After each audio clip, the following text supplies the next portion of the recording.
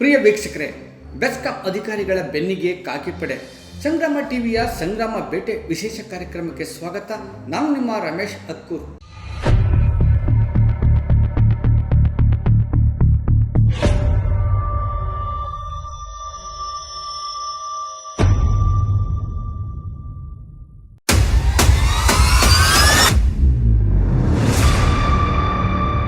ಬೆಸ್ಕಾಂ ಅಧಿಕಾರಿಗಳು ಅವರ ನಿರ್ಲಕ್ಷ್ಯದಿಂದ ಅಮಾಯಕ ಜೀವಗಳನ್ನು ಬಲಿಕೊಟ್ಟು ಕುರಿ ಮಾರ್ಕೆಟ್ನಲ್ಲಿ ವ್ಯಾಪಾರ ಮಾಡೋ ರೀತಿ ಆ ಜೀವಕ್ಕೆ ಹೇಗೆ ಬೆಲೆ ಕಟ್ತಾರೆ, ಇವರ ಬೆನ್ನಿಗೆ ಕಾಕಿ ಪಡೆ ಹೇಗೆ ಕೆಲಸ ಮಾಡುತ್ತೆ ಅಂತ ತೋರಿಸ್ತೀವಿ. ಈ ವಿಡಿಯೋನ ಕೊನೆವರೆಗೂ ನೋಡಿ. ಕಳೆದ ಡಿಸೆಂಬರ್ನಲ್ಲಿ ನಡೆದ ಅಮಾಯಕ ಅಸಂಘಟಿತ ಕೂಲಿ ಕಾರ್ಮಿಕ ಚಿನ್ನಸ್ವಾಮಿ ಕರೆಂಟ್ ಶಾಕ್ನಲ್ಲಿ ಮೃತಪಟ್ಟಾಗ ಪೊಲೀಸ್ ಠಾಣೆ ಮುಂದೆ ಈ ಬೆಸ್ಕಾಂ ಅಧಿಕಾರಿಗಳು ಮಾಡಿರೋ ಐಡ್ರಾಮಾ ತಡವಾಗಿ ಬೆಳಕಿಗೆ ಬಂದಿದೆ. ವೀಕ್ಷಕರೇ, ದಿನಾಂಕ 14/12/2024 ಮೃತ ದುರ್ದೈವಿ ಚಿನ್ನಸ್ವಾಮಿ ರಾಮನಗರ ಬನ್ನಿಕುಪ್ಪೆ ಬೆಸ್ಕಾಂ ಶಾಖೆಯಲ್ಲಿ ಕೆಲಸ ಮಾಡ್ತಿದ್ರು. ಈ ವೇಳೆ ಕರೆಂಟ್ ಶಾಕ್ನಿಂದ ಪ್ರಾಣ ಕಳ್ಕೋತಾರೆ. ಆತನ ಪ್ರಾಣಕ್ಕೆ ಬೆಲೆ ಕೊಟ್ಟಕ್ಕೆ ಜೂನಿಯರ್ ಇಂಜಿನಿಯರ್ ಆದ ಸತೀಶ್ ತನ್ನ ಪಟಾಲಂನ ಛೂ ಬಿಡ್ತಾರೆ. ಈ ಪಟಾಲಂಗಳ ಅಬ್ಬರಕ್ಕೆ ಎದುರಿದ ಅಮಾಯಕ ಬಡ ಕಾರ್ಮಿಕರ ಕುಟುಂಬ ಅಕ್ಷರಶಃ ಅಸಹಾಯಕರಾಗಿ ಮೂಕವೇದನೆ ಅನುಭವಿಸ್ತಾರೆ. ಈ ಬೆಸ್ಕಾಂ ಪಟಾಲಂಗಳ ಮೃತನ ಸಂಬಂಧಿಕರ ಠಾಣೆಗೆ ಬಿಡದೆ ಖಾಸಗಿ ಜಾಗದಲ್ಲಿ ರಾಜಿ ಮಾಡಿಸೋಕ್ಕೆ ಪ್ರಯತ್ನ ಮಾಡ್ತಾರೆ. ಆದರೆ ಹೆಚ್ಚು ಬ್ರೋಕರ್ಗಳಿದ್ದರಿಂದ ಇದು ಸಾಧ್ಯ ಆಗೋದಿಲ್ಲ. ನಂತರ ರಾತ್ರಿ ವೇಳೆ ಪೊಲೀಸ್ ಠಾಣೆ ಮುಂದೆ ನಡೆಯೋದೇ ಚಿನ್ನಸ್ವಾಮಿ ಪ್ರಾಣದ ಬಹಿರಂಗ ಹರಾಜು. ಲಕ್ಷ ಲಕ್ಷ ಹಣದ ಆಮಿಷ ಒಡ್ಡಿ ಕುಟುಂಬದ ಜನರ ದಿಕ್ಕು ತಪ್ಪಿಸೋಕೆ ಶುರು ಮಾಡೇ ಬಿಡ್ತಾರೆ.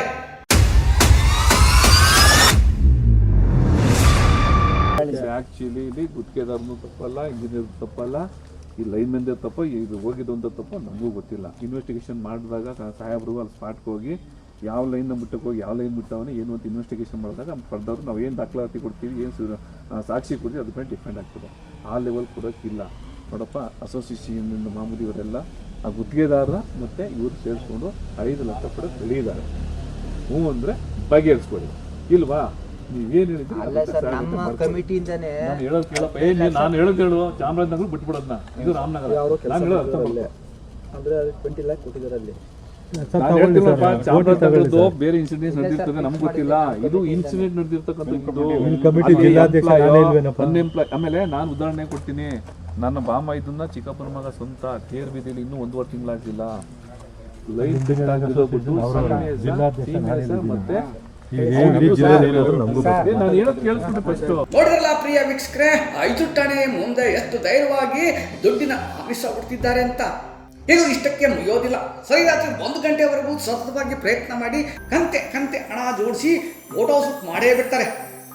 ಬೆಸ್ಕಾಂ ಐಡ್ರಾಮಾ ಇಷ್ಟೆಲ್ಲ 5 ಪೊಲೀಸ್ ಠಾಣೆ ಮುಂದಲ್ಲೇ ನಡೀತಾ ಇದ್ರು ಸಹ ಪೊಲೀಸ್ನವರು ಯಾವುದಕ್ಕೂ ಕ್ಯಾರೆ ಅನ್ನಲ್ಲ. ಅಂದ್ರೆ ಇದರ ಮರ್ಮ ಎಲ್ಲರಿಗೆ ತಿಳಿದಿರೋ ವಿಚಾರನೇ ಬಿಡಿ. ಹಣ ಸಂಬಂಧಪಟ್ಟವರ ಕೈ ಸೇರುತ್ತಿದ್ದಂತೆ ಎಂಟ್ರಿ ಕೊಡೋದೇ ಈ ಪ್ರಕರಣದಲ್ಲಿ ಆರೋಪಿ ಆಗಬೇಕಾದಂತಹ ಜೂನಿಯರ್ ಇಂಜಿನಿಯರ್ ಸತೀಶ್. ಒಂದು ಆಶ್ಚರ್ಯ ಪಡೋ ಸಂಗತಿ ಅಂದ್ರೆ ಆ ದಿನ ಕಂಪ್ಲೇಂಟ್ ಬರೆದಿದ್ದು ಇದೇ ಮಹಾನುಭಾವ ಜೈ ಸತೀಶ್.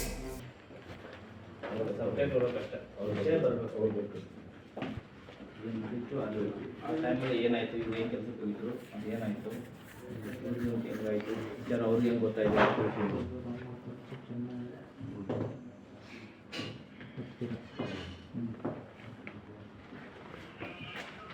ಬಸಪ್ಪ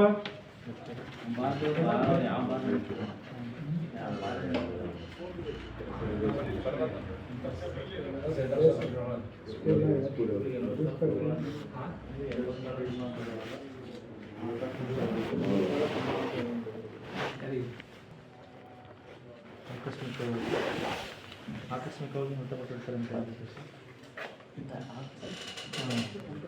ಇದು ಹೊರಗಡೆಯಿಂದ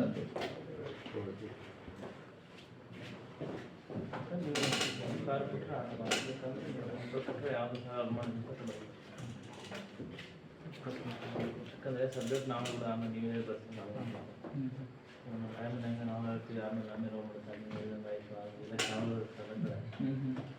ನೀವು ಮ್ಯಾಟ್ರಲ್ಲಿ ನೀವು ಹುಡ್ಕೋಬೇಕು, ಸಬ್ಜೆಕ್ಟ್ ನೀವು ಬರೀಬೇಕು. ನಮಗೆ ಅದೇನು ನಾವು ಹೇಳಿದಷ್ಟು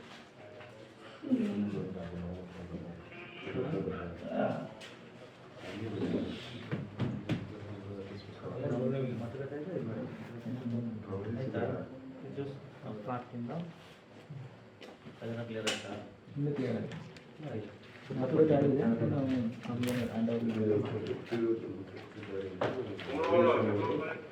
ನೋಡಿದ್ರಲ್ಲ ವೀಕ್ಷಕರೇ, ಅಮಾಯಕರ ಅಸಹಾಯಕತೆಯನ್ನು ಬಳಸಿಕೊಂಡು ಆರೋಪಿ ಆಗಬೇಕಾದಂಥ ಸತೀಶ್ ಯಾವ ರೀತಿ ಕಂಪ್ಲೇಂಟ್ ಬರೀತಾ ಇದ್ದಾರೆ. ಇದಕ್ಕೆ ಪೊಲೀಸ್ ಇಲಾಖೆ ಯಾವ ರೀತಿ ಸಹಕಾರ ನೋಡಿದ್ರೆ ನಾಚಿಕೆ ಹಾಕಬೇಕು.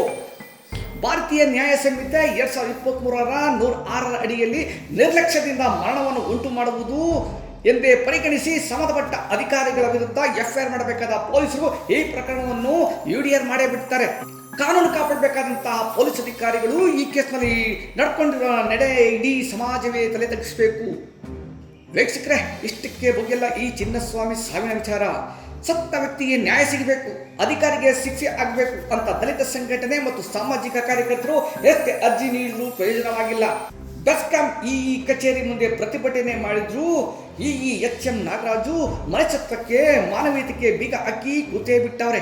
ಇತ್ತ ಐಜೂರು ಪೊಲೀಸ್ ಠಾಣೆ ಪೊಲೀಸರ ಮೇಲೆ ರಾಮನಗರ SP ರವರಿಗೆ ದೂರು ಕೊಟ್ಟರು ಕೂಡ ಯಾವುದೇ ರೀತಿ ಪ್ರಯೋಜನವಾಗಿಲ್ಲ. ಹಣ ಎಲ್ಲರ ಬಾಯಿ ಮುಚ್ಚಿಬಿಟ್ಟಿರಬೇಕು. ಇಂದಲ್ಲ ನಾಳೆ ಈ ಸಾವಿಗೆ ನ್ಯಾಯ ಸಿಗುತ್ತೆ, ಓಟ ಮಾಡ್ತೀನಿ ಅಂತಾರೆ ಸಾಮಾಜಿಕ ಕಾರ್ಯಕರ್ತ ಗೋಪಿರವರು.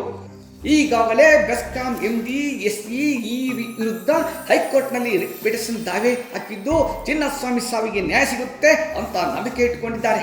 ಏನಿವತ್ತು ಒಂದು ಚಿನ್ನಸ್ವಾಮಿ ಪ್ರಕರಣದಲ್ಲಿ ನಾವು ಒಂದು ಹೋರಾಟ ಮಾಡಿದ ನ್ಯಾಯಕ್ಕೋಸ್ಕರ ಯಾವುದೇ ರೀತಿ ನ್ಯಾಯ ಸಿಕ್ಕಲಿಲ್ಲ. ಅಧಿಕಾರಿ ಬೆಸ್ಕಾಂ ಅಧಿಕಾರಿ ಆಗಿರ್ಬೋದು, SP ಅವರಾಗಿರ್ಬೋದು, ಮತ್ತು SC ಅವರಾಗಿರ್ಬೋದು, ಮತ್ತು MD ಅವರಾಗಿರ್ಬೋದು, ಅವ್ರು ಯಾವುದೇ ರೀತಿ ಲೆಟ್ರ್ ಕೊಟ್ಟರು ಅದಕ್ಕೆ ಯಾವುದೇ ರೀತಿ ನಮಗೆ ನ್ಯಾಯ ಸಿಗಲಿಲ್ಲ. ಮೋಸ್ಟ್ಲಿ ಅದು ದುಡ್ಡಿನ ಇದರಿಂದ ಅದನ್ನು ಮರೆಮಾಚಿದ್ದಾರೆ. ತಾಯಿ ಚಾಮುಂಡೇಶ್ವರಿ ಆಶೀರ್ವಾದದಿಂದ ನಾವು ಕೋರ್ಟ್ಗೆ ಹೋಗಿ ರಿಟ್ ಪಿಟಿಷನ್ ಹಾಕಿದ್ದೀವಿ. ನ್ಯಾಯ ಸಿಕ್ಕೇ ಸಿಗುತ್ತೆ ಅಂತ ನಾವು ನಂಬಿದ್ದೀವಿ ತಾಯಿ ಚಾಮುಂಡೇಶ್ವರಿನ. ವೀಕ್ಷಕರೇ, ಇಷ್ಟಕ್ಕೂ ರಾತ್ರೋರಾತ್ರಿ ದಾಖಲೆಯಿಂದ ಕಂತೆ ಹಣ ಬಂದಿದ್ದಲ್ಲಿ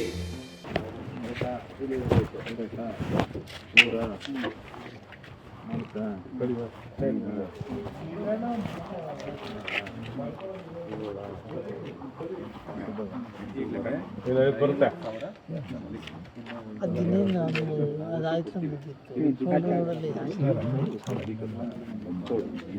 ಹಂಗಲ್ಲ, ನೀನು ಇಟ್ಕೊಂಡೆ ಅದೇ ಕೂಡ ಅಮೌಂಟ್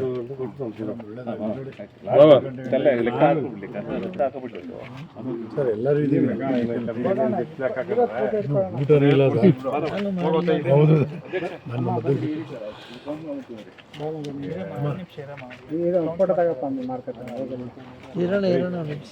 ITED ಲೋಕಾಯುಕ್ತ ಇವರುಗಳ ಕಣ್ಣಿಗೆ ಇವೆಲ್ಲ ಕಾಣ್ತಾ ಇಲ್ವಾ? ನೋಡಿದ್ರಲ್ಲ ಪ್ರಿಯ ವೀಕ್ಷಕರೇ, ಪೊಲೀಸ್ ಇಲಾಖೆ ಹೇಗೆ ಬೆಸ್ಕಾಂ ಬೆನ್ನಿಗೆ ನಿಂತಿದೆ ಅಂತ.